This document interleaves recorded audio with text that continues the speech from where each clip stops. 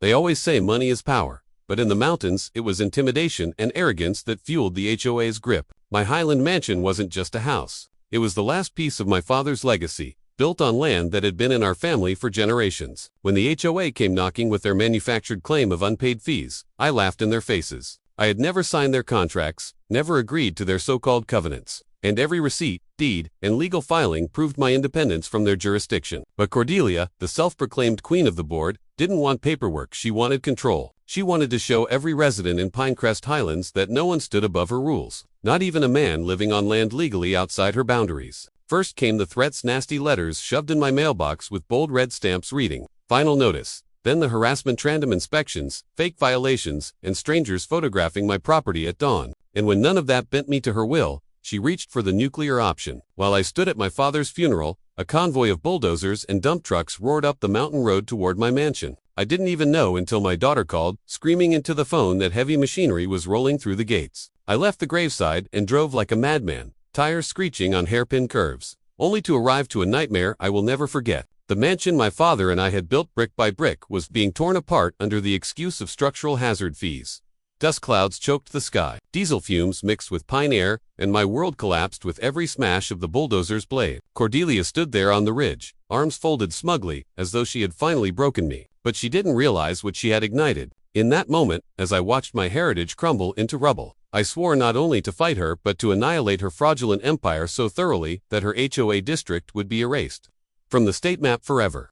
4 days after the bulldozers, the world felt both painfully small and suddenly vast small, because every memory of that house was gone in a gray heap of splintered timber and crushed tile, and vast because the scope of what Cordelia had done began to unspool into clear, angry logic. I stopped pretending grief was the only thing I felt. It was the engine now, yes, but under it ran a cold, methodical determination that comes from years of reading plans and parsing language. The harassment that had sounded like small-town pettiness over the years snapped into a pattern when I started filing requests at the county clerk's office. Selective enforcement, manufactured violations, a trail of fines that had lined Cordelia's pockets for decades. The first certified letters had been trivial: $500 for unauthorized landscaping, $1,000 for some ersatz violation of aesthetic standards. But the pattern showed teeth when I checked the board minutes. Hurried votes called at dawn, meetings with missing notices, amendments pushed through with fewer than the required signatures. My training as a structural engineer made me obsessive about the details, which in this case was a blessing. I dug into the original plats and covenants the way I might reverse engineer a failing beam, with slow, focused work. The county maps were dusty but legible. The original subdivision plat from the late 80s showed clear boundary lines that stopped 200 feet before my property. The HOA's current enforcement area was nearly double the original plat, an expansion that had no state filing, no notarized homeowner consents, and when I finally forced the issue, no legal basis at all. As I sat under the same pines where my father used to whistle while he worked, I realized that Cordelia hadn't merely bullied, she'd built a machine to monetize fear. Meanwhile, the small acts of spite continued. Rex Grundy, her enforcement officer, and a man who treated a golf cart like a parade float for intimidation, started arriving earlier each morning, camera clicking under his breath as he documented doormat placement, mailbox angles, even the precise tilt of my truck. He brought measurement tapes to gardens and photographed tomato stems with the ridiculous concentration of a man tracking contraband. Neighbors whispered that his attention had turned obsessive pictures through kitchen windows, notes about who left lights on, even following people to the grocery store. At first, many residents were too scared to speak up. They paid fines and swallowed humiliation. But the day my native plant beds produced a bounty of tomatoes and snow peas in my neighbor, Millicent Hargrove, retired schoolteacher and a genealogist of county records, announced she'd found irregularities in the HOA's vote records, something shifted. People began meeting in my workshop not to plot revenge but to swap evidence. A notarized page here, a time-stamped photograph there. Millicent's careful hands, turning brittle meeting minutes into a thread of legal inconsistencies. And Dalton Rivers, military precision organizing the logistics of document gathering, turned individual grievances into a coalition. We called ourselves Pine Ridge Truth at first, a small, secret group chat that grew faster than I expected. Ivy Riley, who once told me she'd been too afraid to hang a cheerful flag last summer for fear of a violation notice, started asking for copies of the original covenants. One by one, families I'd only waved at across driveways began bringing their own stories: fines for the wrong mailbox color, foreclosure, threats for paint shades, citations for Christmas lights that exceeded duration ordinances. The evidence multiplied.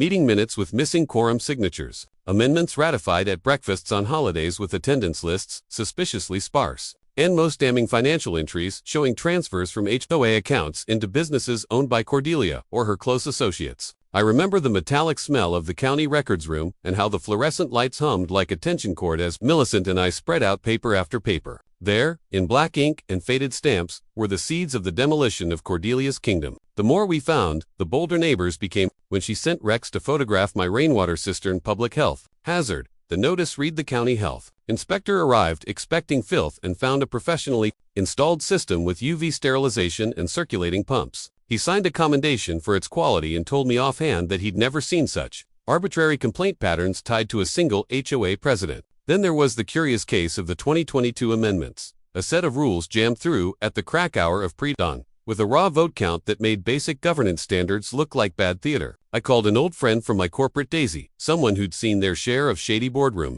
tactics, and he laughed at the improvised meeting minutes we'd unearthed. "You don't pass amendments on Christmas Eve and call it democracy," he said. "You file them properly, you notify, you get a quorum." When we cross-checked those filings with the Secretary of State, the absence of any record for the claimed boundary expansions was the smoking gun. That was the moment the fear that had kept people isolated began to evaporate. Small acts of neighborliness followed in a ripple, sharing tomato harvests on porches, Millicent teaching younger residents how to request certified copies from the clerk, Dalton organizing late-night evidence-gathering sessions with thermoses of coffee and songless resolve. Cordelia tried to respond exactly how bullies always do: escalates and insistence notices, doubling fines, and ordering increased inspections. But every time she pushed, she left fingerprints. The more aggressive her tactics became, the threatening letters, the surprise inspections at dawn, Rex's constant surveillance, the more evidence we collected: time-stamped photos, recorded phone calls, bank records showing suspicious transfers. A maintenance worker, clearly unsettled, slipped me a manila envelope one afternoon outside the hardware store mails that showed Cordelia's instructions to disconnect utilities for certain residents as retaliation for legal challenges.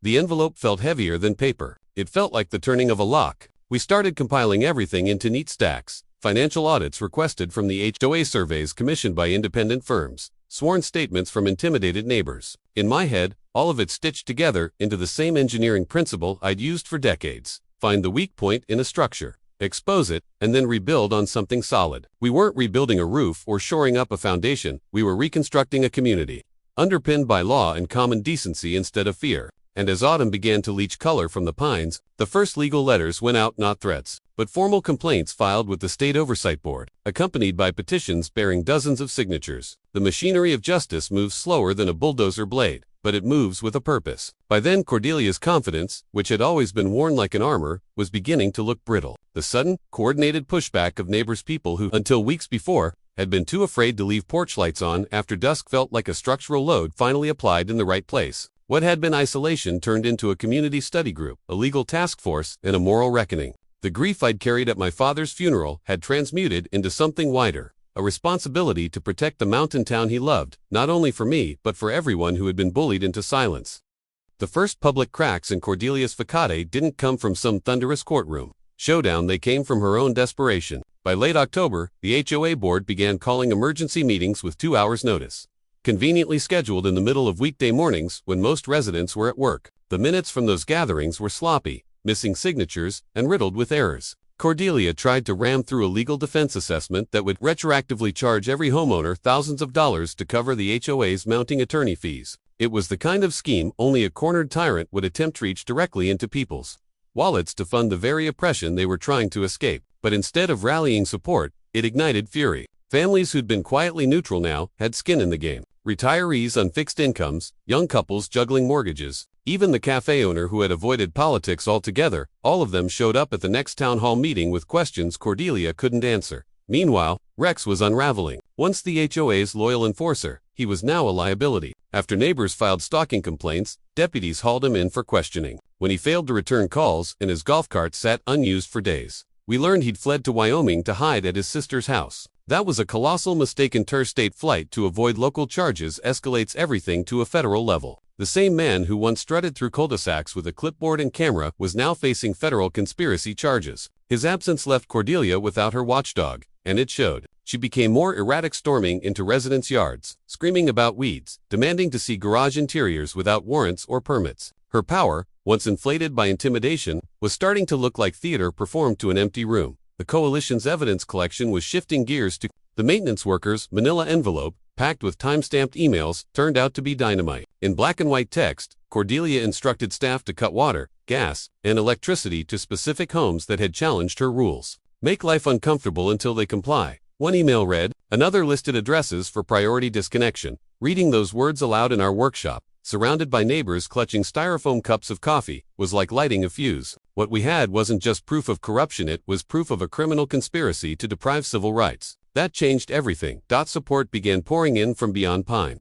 Ridge. A local hardware store owner quietly offered discounts to anyone repairing damage from vandalism. The county commissioner's office, once hesitant, announced a formal review of the HOA's boundary claims after receiving our compiled evidence. A veterans advocacy group volunteered their legal research team. Word spread like mountain wind. This wasn't just a fight over fines and fences. It was about the abuse of quasi-governmental power. Soon, the Denver Post was calling. A reporter showed up at my property with a notepad, asking about the HOA that tried to bulldoze a home during a funeral. When that headline hit print, everything changed. Media trucks started showing up on the mountain road, their satellite dishes rising like alien flowers against the pines. Local TV anchors interviewed coalition members. Social media hashtags exploded with clips of bulldozers idling outside my ruined mansion, juxtaposed against Cordelia's smiling headshots from HOA newsletters. National property rights organizations sent letters of support, offering to fund portions of our legal battle. Suddenly, our quiet mountain dispute wasn't just neighborhood gossip, it was national news. Cordelia had built her kingdom on secrecy and intimidation,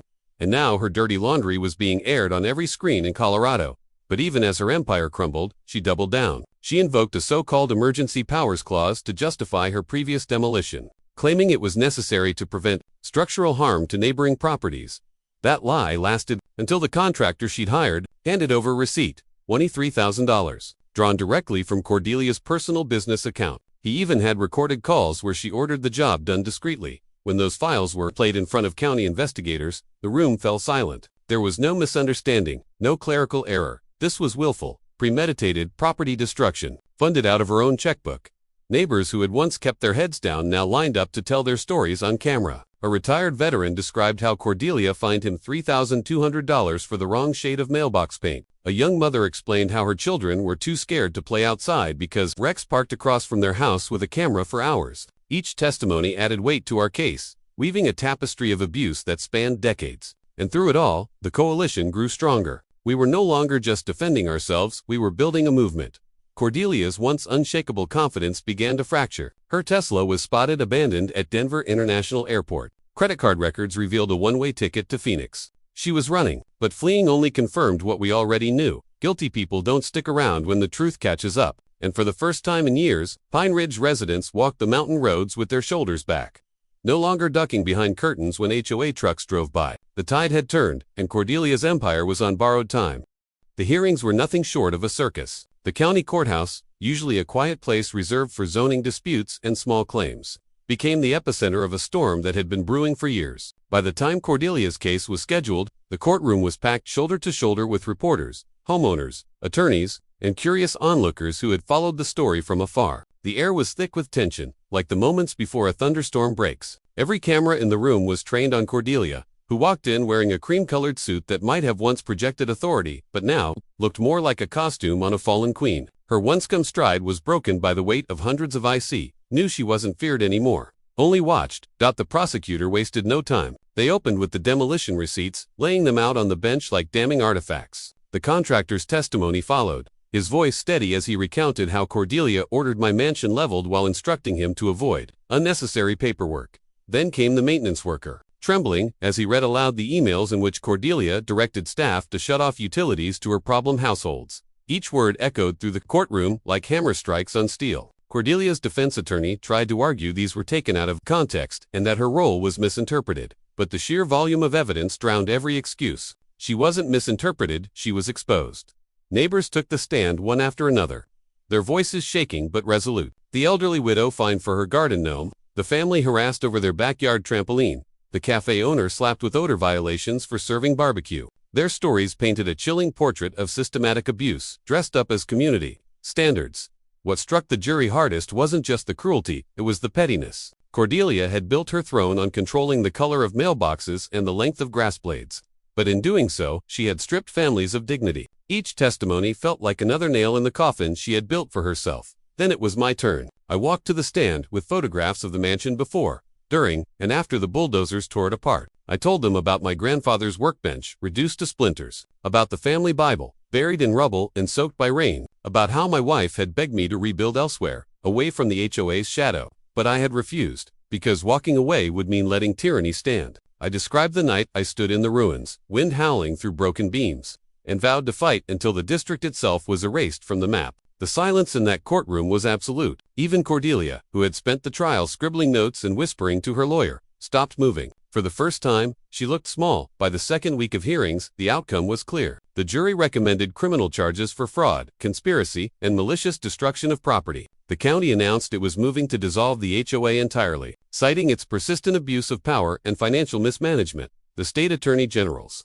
office launched a civil rights investigation into Cordelia's practices, hinting that racketeering charges might be next. Every headline screamed her downfall. HOA tyrant faces jail time. Bulldozer scandal rocks Colorado. Community votes to dissolve HOA district. The empire she had built on fear collapsed in front of the world. But the final blow didn't come in court. It came from the residents themselves. At a special referendum, homeowners voted overwhelmingly to dissolve Pine Ridge's HOA charter and transfer all assets to the county. The marina Cordelia had boasted about owning, seized and repurposed for public use. The manicured clubhouse where she had once thrown lavish board parties, auctioned off, with proceeds used to repair homes damaged by years of harassment. It wasn't just a legal defeat, it was erasure. Her district no longer existed on paper. What had once been Pine Ridge, HOA, was now simply Pine Ridge Township. Free of her chokehold forever, Cordelia tried to vanish. But justice has long arms. She was arrested at a rental house in Phoenix, barefoot and disheveled, clutching a suitcase stuffed with HOA records she hadn't had time to burn. Images of her arrest plastered every news station in the country. The woman who once barked orders at landscapers and bullied families over mailbox colors was now in handcuffs, her empire reduced to dust. And as the residents of Pine Ridge gathered at the lakeside, no longer the HOA lake, but theirs, free and unclaimed, we celebrated the rebirth of our community. Children splashed in the water without fear of fines. Families grilled burgers without wrecks lurking in a golf cart. For the first time in decades, the mountain felt like home again. But I wasn't done, not yet. Because while Cordelia was finished, I had promised something more. Not just justice, but total erasure. And in the back of my mind, plans were already forming for the final move that would wipe her name, her district, and her legacy clean off the state map. The last move was surgical, legal, and utterly final, the kind of carefully engineered finish my father would have admired. We didn't stomp the ground and scream. We filed the right forms, presented the indisputable evidence, and let the law do the demolition work Cordelia had tried to do to us. With Helena Blackwood leading the charge, we pushed the quiet title actions, the petition for district dissolution, and the civil claims for treble damages all at once. The county commissioners heard the forensic accountant lay out the flow of funds, hundreds of thousands siphoned into Cordelia's personal accounts, forged signatures, and meeting minutes that read like a bad forgery in the Secretary of State's office confirmed. There was never a proper filing for the 1994 expansion. That had doubled her so-called jurisdiction. The judge's ruling arrived on a brisk morning, the kind that makes the air taste like possibility. The district was dissolved, all fraudulent covenants declared null and void, and restitution ordered to every family cheated out of fees. The courtroom applause felt almost indecent, but the real victory played out across many small things: bank accounts frozen, HOA assets seized and redirected into a community repair fund, the marina turned into a public amenity, and Cordelia indicted on charges of fraud, conspiracy, and malicious property destruction. When the feds moved in on the interstate flight records and the mail fraud evidence, her options evaporated. Attempts to flee only added federal counts, and within weeks she was led away in handcuffs. The woman who had once micromanaged our lives reduced to a name in an indictment. Rex's confession, long detailed and written under plea agreement, became Exhibit 1 for the prosecution, and his sentence, restitution, and public apologies were a small, bitter comfort for people whose lives he'd upended. We won damages. 2. Treble awards under Colorado's consumer protection statutes meant that the money Cordelia had pocketed was returned with interest and punitive weight. It funded new infrastructure, helped rebuild my workshop and several other damaged homes, paid for a community tool library, and seeded a conservation scholarship in my father's name. More than the money, though, the legal decision erased the HOA's legal authority over the 24 properties that had never been part of the original plat overnight. Those homes were no longer subject to illegal covenants. Their addresses were cleared in county records, maps were corrected, and the phrase Pine Ridge HOA was struck from official district listings as if it had been a stain to be removed. News vans came and went. Cameras panned across hugging neighbors and repaired porches, and national property rights groups called our case precedent-setting. Legislators even proposed statutory reforms inspired by our victory to prevent other small-town empires from growing up in the shadows of sloppy governance. The real aftermath lived in quieter scenes: potlucks around my rebuilt workbench, volunteers clearing storm drains and fixing gutters without threat of fines, kids racing bikes where surveillance once lurked, and the native plant garden that had started the whole movement becoming a learning site for Colorado State University students. I stood on a new porch the summer after the trial, hands in my pockets, and watched my daughter teach neighbors how to graft heirloom tomatoes while Dalton and Millicent organized a winter aid team for elderly residents. Sage moved back from Denver, too, and we laughed about how our breakfast table had once been full of strategy memos and now held recipes and postcards from families who'd moved here because Pine Ridge had become something genuine again. Sometimes, late at night, I thumbed through the court filings, not out of spite, but as if to admire a blueprint well executed. My father's hammer is back on the peg in the workshop. His name is on the scholarship that will send children into environmental careers. And what Cordelia thought she erased family history, neighborhood trust, the right to live without bullying, came back stronger because an entire community decided to do the work to rebuild it. The maps were changed, the district legally vanished, and the woman who tried to rule us finally answered for her crimes. But the better legacy is that we turned a campaign of fear into a culture of cooperation. If you asked me which moment I'd choose, watching the bulldozers idle and the cameras roll, or standing at the courthouse hearing the dissolution read aloud, I'd answer the latter every time. Justice, delivered by the slow, steady mechanics of law, rebuilt what violence had torn down, and in doing so, taught a mountain full of neighbors how to be neighbors again.